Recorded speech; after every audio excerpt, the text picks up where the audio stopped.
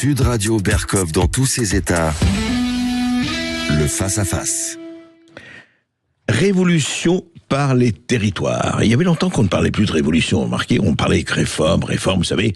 Rappelez-vous, Louis XVI, c'est une réforme, sire, non, c'est une révolution, non, c'est une révolte, sire, non, c'est une révolution. Là, c'est même pas révolte, mais révolution. Effectivement, une réponse française aux défis du monde. C'est le livre que viennent de publier Frédéric Salabarou et Éric Hazan aux éditions de l'Observatoire. Et franchement, je l'ai reçu et je trouve que c'est important dans cette espèce de fracas des étiquettes, dans cette espèce de fracas où le monde est en train d'être bouleversé, et vous en parlez très bien dans votre introduction, et où les mots ont changé de sens, les sens ont changé de mots, où effectivement on voit les plaques tectoniques bouger à une vitesse assez extraordinaire. Vous dites alors qu'est-ce qu'on fait nous là-dedans? Qu'est-ce qu'on fait nous Europe, et surtout qu'est-ce qu'on fait nous France?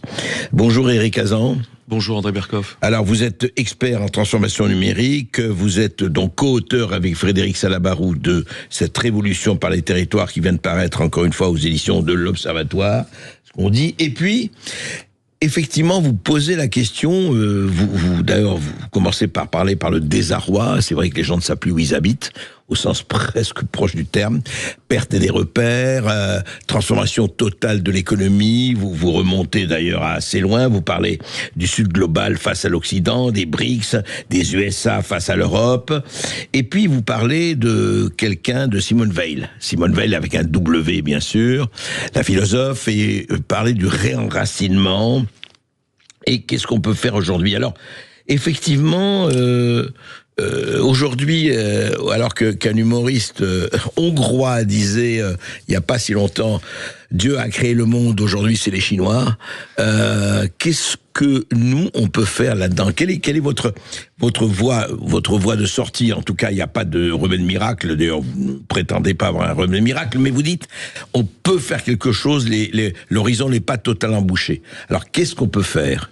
Vous savez, ce qu'on a cherché à faire, c'est à comprendre comment on peut repositionner la France sur la scène économique mondiale, tout en finalement améliorant la qualité de vie des gens.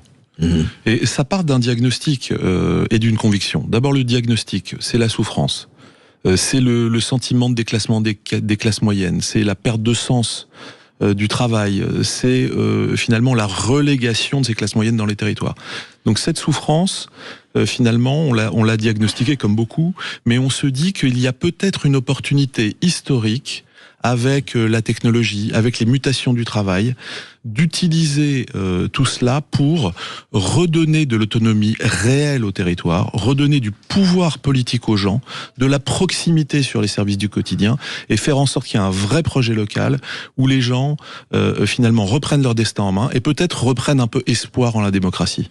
Et retrouver du sens, enfin quelque part, c'est un peu ça. Absolument. Mais alors justement, parce que jusqu'à présent, il faut bien dire que les choses ne sont pas allées en ce sens, vous le dites vous-même, vous l'écrivez vous-même dans votre livre, et le moins qu'on puisse dire est que de promesses de référendum aux promesses de référendum de citoyens et autres, de gilets jaunes en revendications diverses et variées, tout se passe comme si, en tout cas, les gens étaient démunis. Tout se passe qu'on leur dit, écoutez, attention, il y a eu le Covid, il y a la guerre, ou il y aura la guerre, il y a le réchauffement climatique, il y a ceci, cela. Vous avez peur, restez chez vous, on s'occupe de vous. C'est vraiment l'inverse de ce que vous préconisez en ce moment. En tout cas, je ne parle pas de tel ou tel président ou autre, mais on a l'impression que tout se passe vraiment comme si on disait aux gens, allez, c'est la peur, c'est le management par la peur, restez, enfin, ne bougez pas, on sait mieux que vous ce qui est bon pour vous. Oui, nous pensons que les gens ont raison d'être en colère. D'abord, on a ressuscité un vieux mot qui est l'économisme. C'est finalement l'optimisation de toute politique au travers d'une seule variable, qui est la variable économique. Alors évidemment, on jette pas l'économie avec l'eau du bain.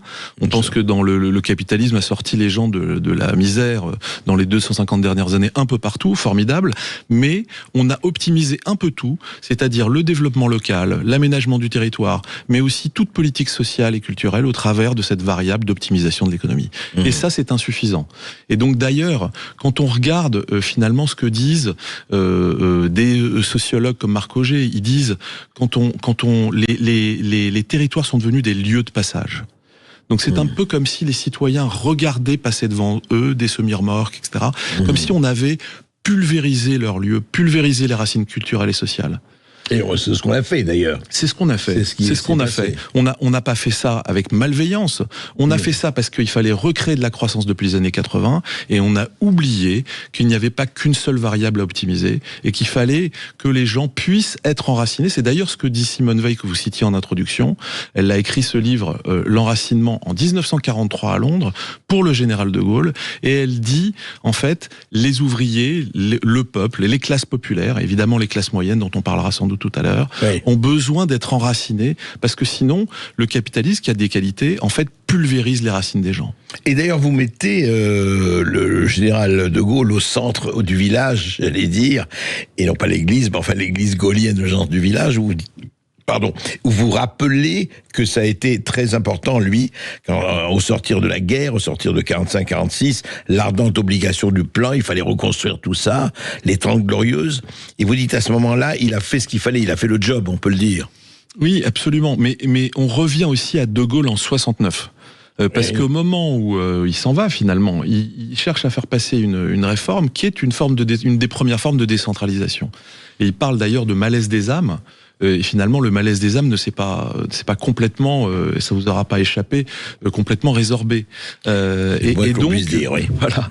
Et donc, entre De Gaulle en 69, mais aussi Pierre Mendès France en 62 avec la République moderne, mais aussi Rocard en 66 avec décoloniser la province, il y a finalement un consensus un peu apolitique sur le fait que les territoires et les gens dans les territoires doivent avoir la main sur leur destin. Alors justement, vous dites ça, les gens des territoires, et vous en parlez très bien. Je rappelle pour nos éditeurs, pour les hommes et les femmes de Sud Radio et les résidents de Sud Radio, vous pouvez nous appeler au 0826 300 300, 0826 300 300 pour vous poser vos questions, intervenir avec Éric Hazan. Mais justement, est-ce que là, je dirais que vous parlez en girondin, en décentralisateur.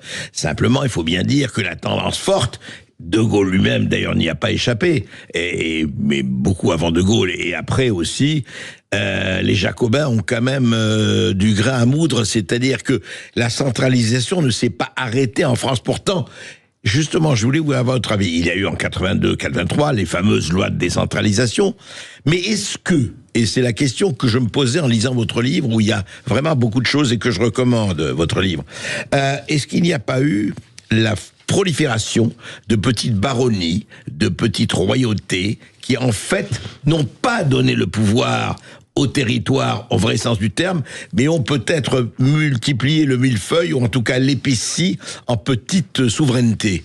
Alors, vous savez, d'abord le jacobinisme, qui on oppose au girondisme, donc le jacobinisme, la centralisation, ça a eu des vertus. Mais on change de contexte, on change d'environnement, macroéconomique, géopolitique, et donc peut-être qu'il faut remettre la réflexion sur le métier. Donc on pense que le centralisme est à bout de souffle. Et d'ailleurs, on voit bien qu'il y a une thrombose de l'État à bien des égards. C'est-à-dire que il s'agit pas... Par exemple, de donner... Non, mais globalement, on a l'impression que les administrations travaillent comme des dingues, mais qu'elles ont du mal à gérer la complexité du pays. Pourquoi ? Parce qu'en fait, chaque échelon administratif, qu'on parte de l'Europe et qu'on aille à l'échelon local, finalement, n'est peut-être pas suffisamment spécialisé sur là où il a le plus de valeur. Et donc, si je reprends ça, l'État national se concentre sur le régalien. Donc là, il a totalement plus de valeur. Au niveau local, on sait bien que les services du quotidien, seraient optimisés si l'éducation, la santé, l'aménagement du territoire étaient gérés par les gens qui sont directement concernés. Ça ne veut pas dire qu'il n'y a pas nécessité au niveau des régions et des départements d'optimisation, d'arbitrage, de péréquation. Et au niveau global, on voit bien ce qui est en train de se passer, c'est-à-dire que l'Europe commence à comprendre que elle vit un déclassement technologique par rapport aux autres zones géographiques, rapport Draghi et autres.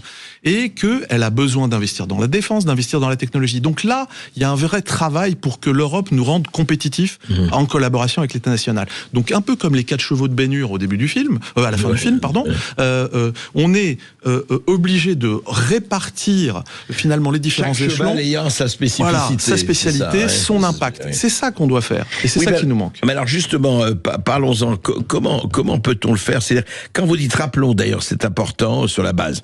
Vous dites donc l'État central doit s'occuper du régalien. Qu'est-ce que vous mettez, qu'est-ce que vous incluez dans le régalien?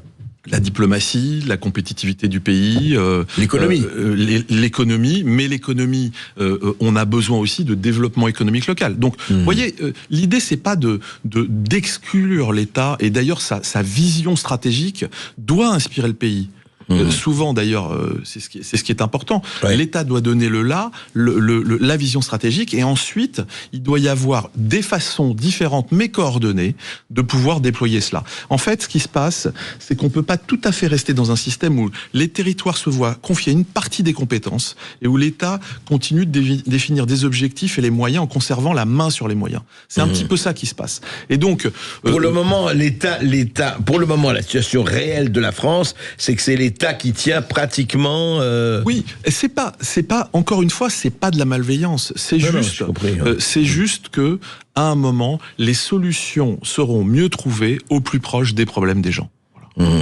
Alors justement, mais pour trouver les solutions les plus proches des problèmes des gens, encore faut-il qu'il n'y ait pas, et je reviens à cela, mais c'est important, des baronnies qui au fond reproduisent les schémas de Matignon, de l'Élysée et de l'État régalien, parce qu'il est là le problème. Sinon, votre livre, et comme d'autres, restera un vœu pieux. C'est vrai, sur le fond, on est d'accord. Enfin, moi, je trouve votre livre très intéressant parce que il dit, voilà, il faut quand même revenir à la base, mais est-ce qu'il n'y a pas beaucoup d'obstacles? On va en parler tout de suite après cette petite pause.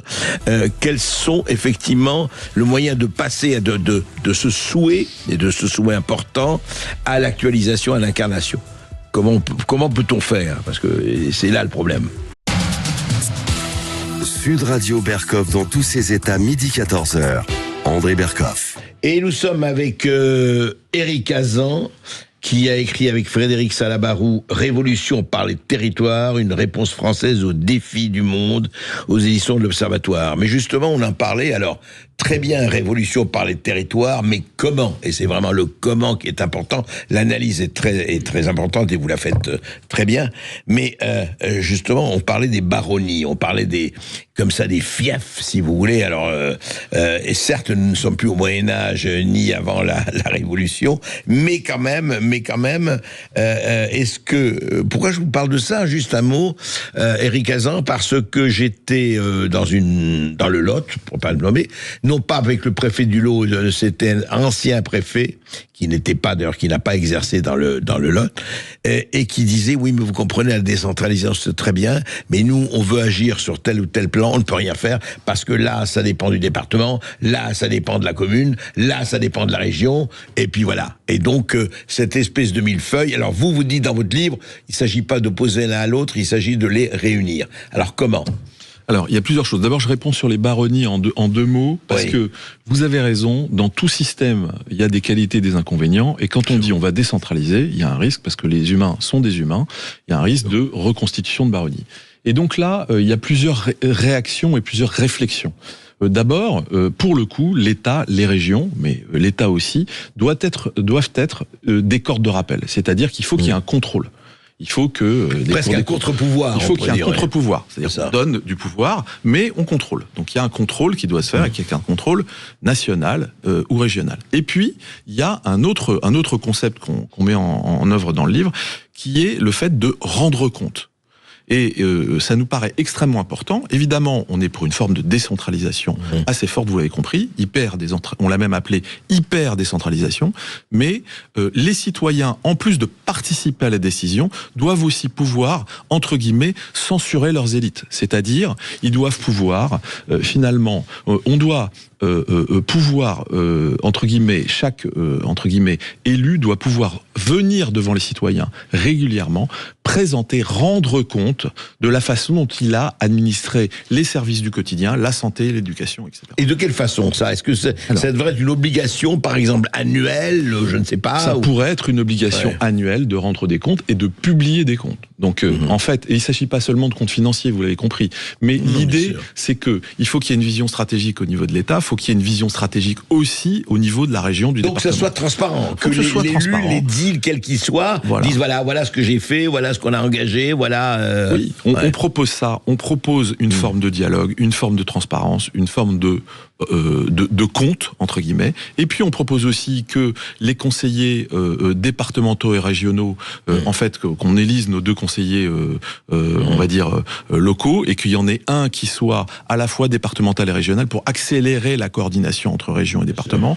On propose une vraie autonomie de santé et d'éducation au niveau des départements et des régions. Pourquoi? Parce que optimiser pardon d'utiliser un mot anglais, mais le staffing d'un hôpital ou d'un lycée ou d'un collège, c'est plus facile au niveau d'une région. Et qu'aujourd'hui, on est sur des mécaniques nationales qui rendent les choses extrêmement compliquées. Donc, on dit il faut faire descendre la décision, tout en garantissant la communauté des programmes d'éducation au niveau national, les diplômes, etc. Mais par contre, descendons la décision là où on peut être vraiment utile. Alors justement, descendons la décision, mais par exemple, sous quelle forme le rendez-vous entre les élus départementaux, régionaux, communaux ou autres, vous les voyez sous quelle forme, concrètement? Ça peut revêtir quelle forme? Dans le quotidien des gens. Est-ce que c'est, par exemple, sur Internet, aujourd'hui, on a toute la technologie pour ça, c'est pas à vous que je l'apprendrai. Qu'est-ce qu'on fait? On dit, on va faire un audit, eh bien, vous aurez l'audit. En fait, c'est un peu les copropriétaires de la maison. Ils se réunissent avec leur syndic. On propose une transparence, évidemment, digitale, une présentation formelle dans les assemblées locales, régionales, nationales. On propose aussi la possibilité pour les gens de pouvoir lancer des référendums d'initiatives locales. Oui, ça c'est très important. Que les gens aient la possibilité eux-mêmes, en étant par exemple, d'électeurs. Voilà, à partir d'un certain seuil, évidemment. C'est ça. Mais la possibilité de se saisir d'un problème qui leur tient à cœur. On propose tous ces éléments-là pour que les gens n'aient pas seulement l'impression, mais aient vraiment le pouvoir d'influer sur leur destin. Et c'est ça qui est en fait pour nous une forme de fracture entre les élites et le peuple. Finalement, on entend beaucoup dans les territoires, eux et nous. Bien sûr. Voilà, eux c'est Paris, je sais pas quoi, l'administration, les etc. élites, les élites. Ouais. Mais en fait, on est tous eux et nous, vous voyez, à certains égards. Mais en réalité, il faut que les gens reconnectent avec leur potentiel de décision.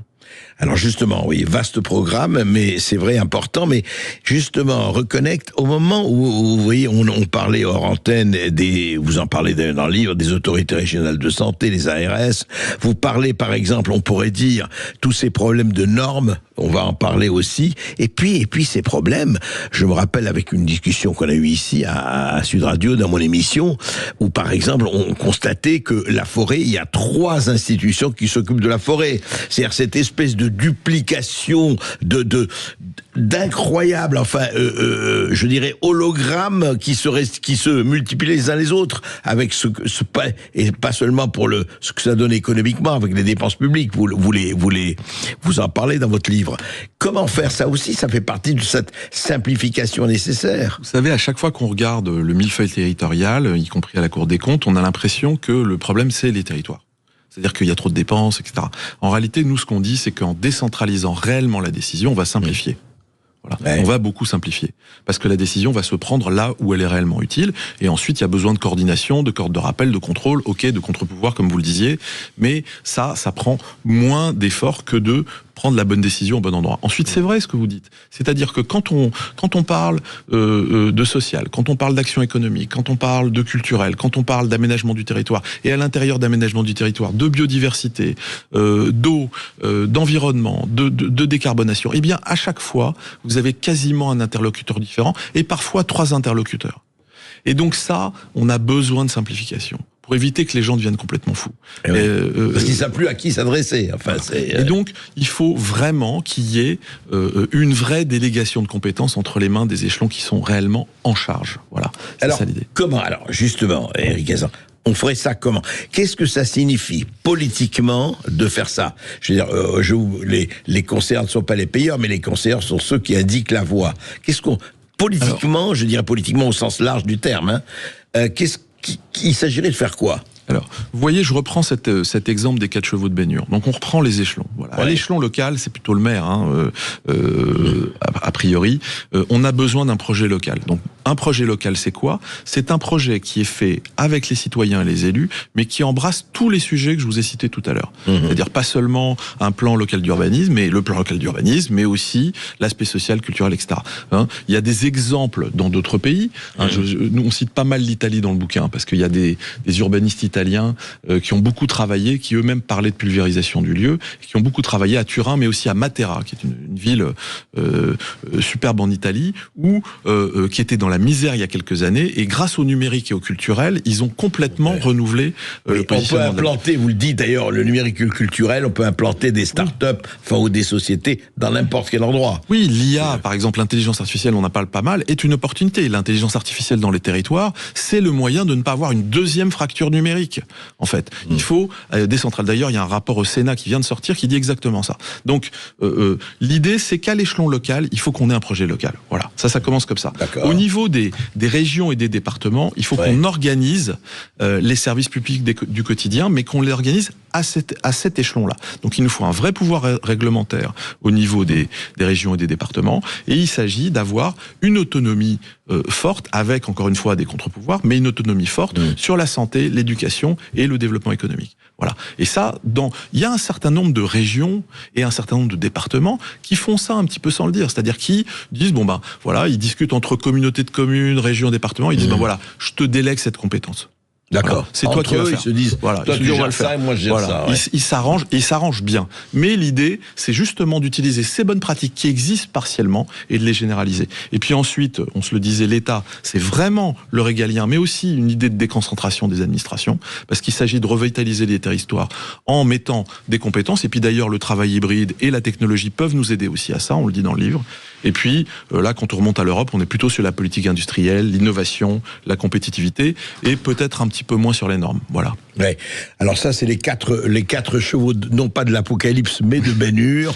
Effectivement, on va continuer de parler de tout cela après cette petite pause, parce qu'encore une fois, les moyens, et puis on a parlé de l'Europe. Effectivement, est-ce que ce n'est pas l'Europe aujourd'hui qui tient toutes les rênes? On va en parler tout de suite.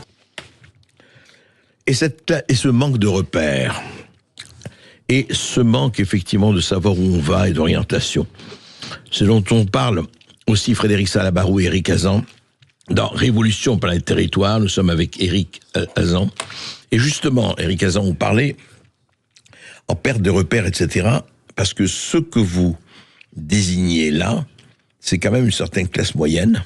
D'ailleurs, il faut réfléchir à ce que veut dire cette classe moyenne, qui est en train, en ce moment, de s'effilocher, voire, je ne dirais pas de disparaître complètement, mais là aussi, c'est vraiment la mesure de ce qu'on a perdu. Et vous en parlez aussi, parce que il y a l'économie, et c'est fondamental, mais il y a les racines, il y a la culture, il y a les traditions, l'enseignement, et puis il y a le futur. Tout ça est en train de perdre vraiment son sens, et c'est pas nouveau. Comment il se fait que cette classe moyenne arrive à être, j'allais dire le dindon de la farce, mais en tout cas la variable d'ajustement de ce qui est en train de se passer? Écoutez, on en reparlait tout à l'heure, l'économisme nous a globalement privés de nos racines. C'est un peu ça qui s'est passé. Donc on a optimisé une seule variable et on a oublié, encore une fois sans malveillance, mais avec des conséquences très claires, on a oublié finalement, en particulier dans les territoires, mais aussi un peu partout, on a oublié notre environnement social-culturel pour être finalement, je veux pas caricaturer, mais pour nous robotiser un petit peu et être parfaitement efficace dans l'économie mondiale.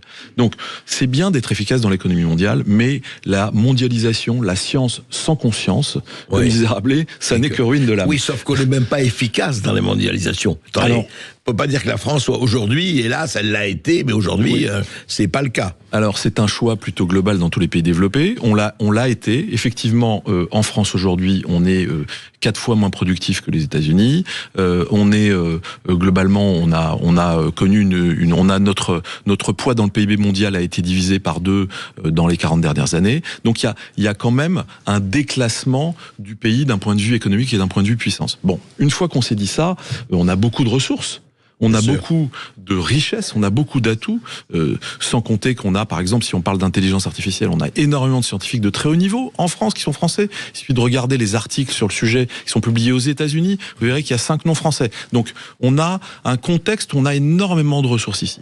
Et on engage quand même une partie, parce qu'on engage dans les territoires. Alors je reviens à ça une seconde. Oui, alors...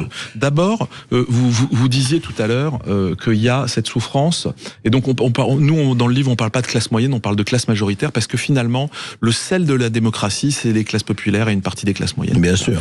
Et il y a une moitié des classes moyennes qui sont en forme de en voie de précarisation. Voilà. Oui. Donc on est là-dedans. Il faut 6 générations aujourd'hui pour passer des classes populaires à la classe moyenne en France et en Allemagne. C'est dans ces 2 générations. Et c'était combien avant ? C'était à peu près au moment où globalement on avait une meilleure mobilité sociale, c'est-à-dire en gros dans les années 70, c'est à peu près la moitié. Donc on a perdu tout ça. On est dans un enquistement finalement de la mobilité sociale. Il y a même des gens qui ont écrit sur le descenseur social, c'est-à-dire qu'on est vraiment, il y a même avec la précarisation des classes moyennes, quelque chose qui est en train de se passer autour de ça. Mais la souffrance, je vous donne quelques exemples parce que c'est c'est assez finalement stressant. Il y a un quart des Français qui disent avoir supprimé un repas. Un quart, voilà. Il y a dans les 20 dernières années la proportion des gens dans les classes moyennes justement qui disent j'allais au restaurant régulièrement et j'allais jamais au restaurant et passer de 8 à 25%. Ceux qui disent qu'ils y allaient, que 25% des Français disent n'aller plus jamais au restaurant. Ok, 19% des gens y allaient souvent. Il y a plus que 8% des gens qui disent qu'ils y vont souvent.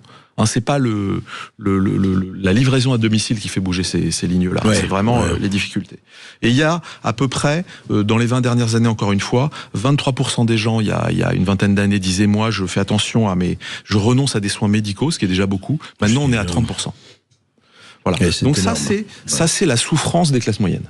Non, mais c'est un véritable appauvrissement. C'est une prolétarisation des classes moyennes, je dirais. Alors, oui, et alors, quand on regarde ça et qu'on va dans les territoires, vous avez les invisibles de la République, comme le disait une auteure connue récemment. Les invisibles de la République, c'est 60% des jeunes des territoires qui disent « Ah, mais je pourrais faire ces études-là, mais ça va être compliqué, je les fais pas. » Voyez. Et quand on va vers Xavier Jaravel, qui est le nouveau président du Conseil d'analyse économique, un jeune économiste très brillant, il a écrit un livre qui s'appelle « Marie Curie habite le Morbihan », et lui, il parle de Lost Einstein. Il dit les gens qui veulent étudier les sciences ou qui veulent être inventeurs dans les territoires, en fait, ils n'ont pas les moyens de se développer. Donc, Lost Einstein, c'est Einstein qu'on assassine. Comme Einstein qu'on a perdu. C'est Mozart qu'on assassine. Voilà, c'est Mozart qu'on assassine. Mais l'idée, c'est vraiment ça. L'idée, c'est qu'on rate des compétences. On rate aussi, comme vous le disiez, des savoir-faire. C'est-à-dire que finalement, il y a un lien organique entre les gens et l'endroit où ils habitent. Et ce lien organique, parce qu'on a justement pulvérisé un certain nombre de lieux, eh bien on l'a perdu, y compris dans l'aménagement du territoire, y compris dans les cultures, etc.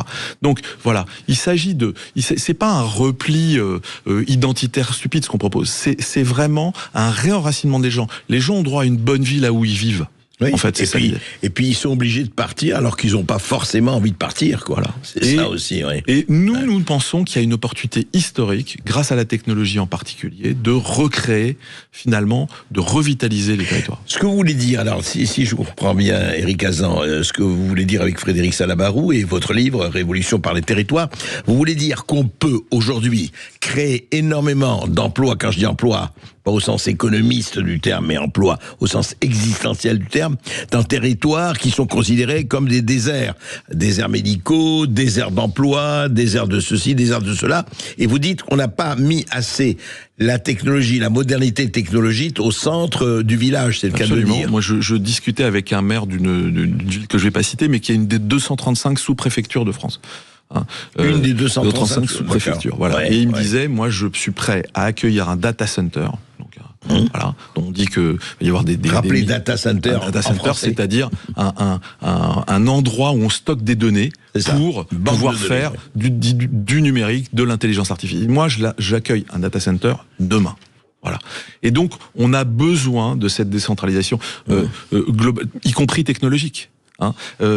Y a un prix Nobel d'économie qui s'appelle Elinor Ostrom et qui parle de mondialisation distribuée. Ça veut dire quoi ?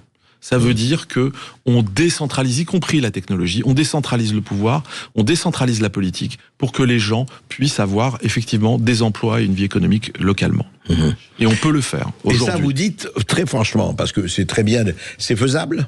On peut le faire. C'est faisable. On peut le faire à cause de la technologie ou grâce à la technologie. Donc, est-ce qu'on pensait, aujourd'hui, il y a 30% des gens qui font du travail hybride. Qui font du travail hybride. 30% des gens. C'était 5% avant le Covid. Vous voulez dire télétravail ou présentiel, quoi. Télétravail. C'est ce qu'on appelle, oui. Qui font du 3+2 ou 2+3, vous voyez, c'est-à-dire qu'ils travaillent 3 jours par semaine ou 2 jours par semaine. Évidemment. 30% des gens en France. Oui, en France. D'accord. Ok, c'est près de 40% aux États-Unis. Donc on est dans un écosystème où les gens aujourd'hui ont une nouvelle vision du travail. Alors évidemment, tout le monde ne peut pas faire ça, mais on peut revitaliser les territoires en créant, par exemple, c'est ce qui se passe dans le sud-ouest aujourd'hui, on crée des tiers-lieux. C'est quoi les tiers-lieux ? C'est quoi ? C'est des endroits, c'est un peu comme des endroits où on peut venir se connecter à son entreprise qui est à Paris, et on travaille localement. Alors je sais pas, moi, on vit à Arkang, qui est une superbe ville du Pays Basque, et bien on fait quelques kilomètres, on va à Biarritz ou à Dax, on va bosser là, et voilà. Dans une espèce de bureau où se retrouvent des gens de différentes entreprises. Ça, c'est une tendance qui est significative. Voilà. Mais est-ce qu'elle, aujourd'hui en France, on peut dire qu'elle est en train de gagner du terrain ou Ce qui gagne du terrain, simplement, c'est le télétravail. Et qui s'est stabilisé à un niveau qui est suffisamment significatif pour qu'on se pose cette question. Est-ce que c'est une vague absolue ? Non, mais vous ajoutez à ça la possibilité, donc encore, si on a une bonne couverture technologique, numérique, de la fibre, etc. Si on a finalement de la couverture mobile aussi. Si on a tout ça, si vous ajoutez à ça la possibilité aussi de décentraliser l'intelligence artificielle dans les territoires et un certain nombre d'entreprises qui travaillent là-dessus, eh bien, vous avez finalement la possibilité de bénéficier des investissements qui vont être faits de toute façon dans ce domaine-là. Et donc ça, c'est une opportunité, c'est pas le centre de la discussion, mais c'est une opportunité réelle de développer de l'emploi, et ça va avec la réindustrialisation. Ça vous a pas échappé qu'avec ce qui se passe du point de vue géopolitique, il y a réimportation d'un certain nombre d'industries sur le territoire européen. C'est ce que essaye de faire Trump, les BRICS, la Russie, tous, enfin tout le monde. Alors sur le territoire européen, est-ce que justement l'Europe joue son rôle? Enfin, l'Europe, la Commission européenne, je ne parle pas de l'Europe en tant que telle. L'Union européenne, la Commission européenne jouent leur rôle ou pas encore assez sur ce que vous venez de dire, l'implantation, la technisation, utilisation efficace de l'économie, du numérique, etc. Vous savez, c'est une décision publique, mais c'est une décision privée aussi beaucoup. C'est-à-dire que les industries aujourd'hui qui ont senti un risque très important sur leur chaîne de valeur, sur leur chaîne logistique pendant le Covid, aujourd'hui se disent, dans les tensions géopolitiques actuelles, je ne peux plus avoir tous mes œufs entre guillemets dans le même panier. Donc je peux plus avoir un seul fournisseur en Chine sur tel ingrédient. Je ne peux plus dépendre uniquement des livraisons qui viennent de telle autre zone géographique. Donc j'ai besoin, certes, ça réplique quelques coûts, mais j'ai besoin de répliquer ma chaîne logistique dans différents endroits. Ça, c'est en cours dans pas mal d'industries. On sait bien que plus de 60% des implantations d'usines futures de production de l'industrie pharmaceutique vont être faites en Europe. Parce que c'est trop dangereux de les avoir ailleurs. Ouais, ils ont compris que s'il y avait une crise, le paracétamol et tout ça entièrement en Chine, vaut mieux l'avoir pas trop loin. Voilà, exactement. Vaut mieux l'avoir pas trop loin. Mais vous voyez, on est dans un contexte où, si je reviens à ce qu'on disait sur les territoires, les gens étouffent un petit peu. Un petit peu beaucoup. Un petit peu beaucoup, voilà. Il y a une sensation d'enfermement. Et donc, nous, on voudrait recréer des degrés de vie, de liberté, en leur redonnant du pouvoir, en les réimpliquant. Et puis, finalement, en leur expliquant aussi que, dans le contexte actuel, c'est un peu ce que Michael Sandel, qui est un philosophe américain, appelait la tyrannie du mérite. On explique à tout le monde que quand on veut, on va avoir du succès, etc. C'est pas complètement faux, évidemment, qu'il faut se prendre en main dans la vie. Bien sûr, il vaut mieux. Mais on crée une perte d'estime de soi qui est phénoménale. Parce que, en réalité, si on a réussi, si les gens qui réussissent, c'est parce qu'on les a aidés. Ils ont rencontré un prof de bon niveau. C'est parce qu'on les a aidés. Est-ce qu'il ne faut pas quand même si aide-toi et le ciel t'aidera? Non, bien sûr. Quand même, Eric bien Hazan. sûr. Pas oublier ça, parce que ils disent j'ai pas été aidé, donc j'ai rien fait. Attention. C'est parce que l'écosystème, vous voyez, en France, on a quand même la gratuité de l'éducation et tout un tas de choses. Normalement, voilà. Aujourd'hui, l'ascenseur social est en panne, mais nous voulons recréer de la méritocratie locale, identifier les talents dans des territoires, leur donner l'opportunité, justement, parler des invisibles de la République, leur donner l'opportunité de faire les études auxquelles ils ont droit, de les pousser vers la vraie valeur ajoutée, les vraies compétences dont le pays a besoin. On oublie un certain nombre de gens, on laisse, entre guillemets, croupir plutôt que de les amener au plein potentiel. Non seulement on laisse copier, on va en parler justement, on va parler des valeurs, parce que je crois que c'est extrêmement important, parce que le problème c'est pas que seulement qu'on les laisse croupir, c'est qu'on leur donne en disant mais travaillez pas, ça sert à rien, etc., etc. Enfin, il y a aussi ça qui passe. Je ne dis Absolument. pas que c'est voulu par un gouvernement quelconque, mais il y a ce côté, mais écoutez, tout ça c'est pas la peine, ça sert à rien. Vous savez, on fera le travail pour vous. Hein. N'oubliez pas les paroles de Yuval Harari et des conseillers de Schwab et compagnie. Il y a 20% des gens qui servent à quelque chose, les 80%, on va pas les tuer, mais allez, on n'a pas vraiment besoin d'eux. Oui, ça a été dit par des caciques. Donc on va parler de tout ça juste après cette petite pause. Et n'oubliez pas, 0826 300 300 si vous voulez intervenir. Sud Radio Berkhoff dans tous ses états, midi 14h. André Berkhoff. Révolution par les territoires, vœux pieux ou réalité possible. On en parle avec Eric Hazan, co-auteur de ce livre dont c'est le titre, avec Frédéric Salabarou, et c'est paru aux éditions de l'Observatoire. Maud, je crois que nous avons une... Oui, vous avez un appel de Claude, qui vient de Perpignan. Oui. Bonjour Claude. André, bonjour à vos invités, merci pour les thèmes que vous traitez.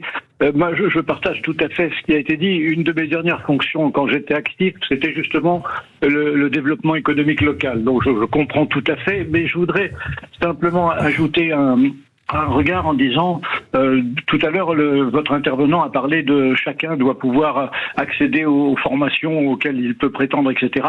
Je voudrais qu'on insiste bien sur le fait il l'a dit aussi d'ailleurs, qu'il faut des formations qui sont utiles pour le développement et pour le pays. Et je pense qu'aujourd'hui, on a trop d'administrateurs et de financiers et de commerçants et pas assez d'ingénieurs. Et je crois qu'il faut former des ingénieurs et des ingénieurs femmes, parce que les deux sont accessibles, c'est-à-dire des gens qui comprennent, qui analysent les faits et puis qui après construisent des systèmes et qui produisent. Oui, Eric Hazan. Écoutez, je vais complètement dans ce sens. Vous savez, en France, et c'est déjà très bien par rapport à plein d'autres pays, on a 25 diplômés de sciences techniques d'ingénierie pour à peu près 1000 habitants. En Chine, c'est 47. Ah ouais. En Israël, c'est 40. D'accord. Donc, si on veut prendre la vague technologique qui est en cours, la vague de l'intelligence artificielle, que cette fois, on ne souhaite pas rater. Il faut qu'on ait une masse critique, effectivement. Alors, on a des gens de très bonne qualité, mais pas en volume suffisant. Donc, il faut booster, effectivement, les formations scientifiques. Et pas ça seulement, serait booster donc dans l'éducation, booster dans l'orientation, etc. Absolument. Et là encore, quand on parlait d'Einstein perdu tout à l'heure, l'idée c'est on a besoin d'identifier les compétences, pas seulement les compétences scientifiques, mais aussi les compétences scientifiques, un peu partout, y compris dans les territoires, pour donner aux gens qui ont envie d'occuper ces métiers la possibilité de les occuper et la possibilité d'être formés. Donc c'est une question finalement de compétitivité nationale. Parce que dans le monde dans lequel on est, qui est ce monde de l'intelligence artificielle, où on se dit peut-être que dans 5-10 ans on aura un un tiers des tâches dans le travail des gens qui sera automatisé. Oui, dans ce un monde-là, tiers des tâches, ça veut dire un chômage accru, en tout cas, dans un premier temps, il faut le dire aussi. Alors, pas forcément, parce qu'en fait, la population active diminue. On vieillit, il y a plein de gens qui sortent, aussi, etc. Ouais. Donc, ça va être de la productivité. En tout cas, un tiers des tâches vont être automatisées, normalement. Voilà. Enfin, et en fait, on veut que l'intelligence artificielle se déploie, parce que c'est ça qui va nous amener de la croissance. Si on l'a pas, les autres zones géographiques vont nous dépasser. Et donc, pour faire ça, il faut former suffisamment. On a besoin d'un plan Marshall de la formation pour que les gens qui occupent des emplois sachent travailler avec un copilote machine, et les gens qui sont plus jeunes se forment aux nouvelles technologies. Ouais. Alors justement, par rapport à tout cela est bel et bon, mais il faut des valeurs, il faut la transmission de valeurs, on en a parlé. Que devient, si vous voulez, moi, je vous écoute, je suis un homme politique conscient, et je suis un homme politique qui veut le bien de son pays ou de sa population. Il y en a, il faut pas non plus, hein. Bien sûr. On va pas être découragé. Mais qu'est-ce qu'il faudrait faire? C'est-à-dire que, qu'est-ce que vous attendez, vous, hein? Vous êtes, je rappelle, vous êtes expert sur la transformation numérique et l'impact des technologies, vous accompagnez les entreprises dans leur grande transition. Frédéric Salabo, je rappelle, a été ancien secrétaire général de la présidence des Républiques, avocat. Mais vous, alors, qu'est-ce que vous êtes devant un politique? Je parle à un politique qui a pouvoir de décision, pouvoir d'orientation. Qu'est-ce que lui dites qu'il faut qu'il fasse? Le plus urgent, ou en tout cas le plus vital, disons, parce que c'est vital. En fait, vous voyez, quand les gens aujourd'hui sont interrogés pour dire quel est le niveau de leur morale, ils répondent par un seul mot. C'est une étude de la Fondation Jean Jaurès récente. Ils répondent par le mot fatigue. La moitié de la population française répond par le mot fatigue. Ah oui, on leur dit, ah oui, où en est votre morale? Voilà. Et ils répondent fatigue. Moi, je suis fatigué. D'accord. Voilà, je suis épuisé. Oui, c'est encourageant pour l'avenir, voilà. ça. Hein. Et évidemment, c'est pas de la mauvaise volonté. C'est une forme d'étouffement, d'enfermement. On parlait de là où se concentre la croissance tout à l'heure. Il y a 7 villes en France qui concentrent les 2 tiers de la croissance. 7 villes, les 2 tiers de la croissance française sont concentrés dans 7 villes. D'accord. Et en Europe? En Europe, c'est 48 villes, 48 zones urbaines qui concentrent plus de 50% de la croissance. Je rappelle qu'on est 400 millions d'habitants, un peu plus en Europe. Oui. Donc, en fait, on ajoute de l'activité sur de l'activité. Alors, une ville, ça a une logique économique. C'est moins cher de mutualiser un certain nombre d'infrastructures. Mais on est à un moment où d'abord les gens étouffent. Ensuite, le logement a extrêmement augmenté, et donc c'est plus possible pour un couple de jeunes cadres en région parisienne ou en région bordelaise de se loger correctement, etc. Donc on a la possibilité, en fait, de revitaliser une partie des territoires avec des compétences qui veulent vivre décemment. Donc il y a tout ça qui est en train de se passer. Ensuite, ce sentiment d'étouffement, on parlait de précarisation des classes moyennes, je voudrais revenir au diagnostic et à finalement ce qui se passe aussi bien dans la ceinture de rouille, comme on l'appelle aux États-Unis, c'est-à-dire les grandes villes et les grandes régions industrielles, mais aussi dans le nord de la France. Voilà, il y a beaucoup d'auteurs qui ont écrit là-dessus. Alors, de manière intéressante, le vice-président actuel de Donald Trump, J.D. Vance, avant de devenir homme politique, il a écrit un livre là-dessus. Ça s'appelle Hillbilly Elegy, c'est-à-dire éloge des ploucs quand on le traduit de manière un peu brutale. Et il disait quoi? Il disait: si vous pensez que travailler dur paie, alors vous travaillez dur. Mais si vous pensez qu'il est impossible d'aller de l'avant, même si vous faites des efforts, alors à quoi bon en faire? Et donc, on en est là. On en est là. On en est là. Alors, il y a plein d'autres gens qui ont écrit là-dessus. D'une manière un peu moins polémique, Nicolas Mathieu a eu le prix Goncourt avec Leurs enfants après eux. Ça raconte une histoire de précarisation et de difficultés dans le nord de la France, dans une ville fictive. Voilà. On en est là. Les classes majoritaires sont rentrées en martyrs. Et donc, ce qu'on dit... Alors, je vais pour vous parler de valeurs, alors je vais citer une petite citation de Mendes, France, qu'on cite en tête du chapitre 2 de notre livre, si vous m'y autorisez. Allez-y. Voilà.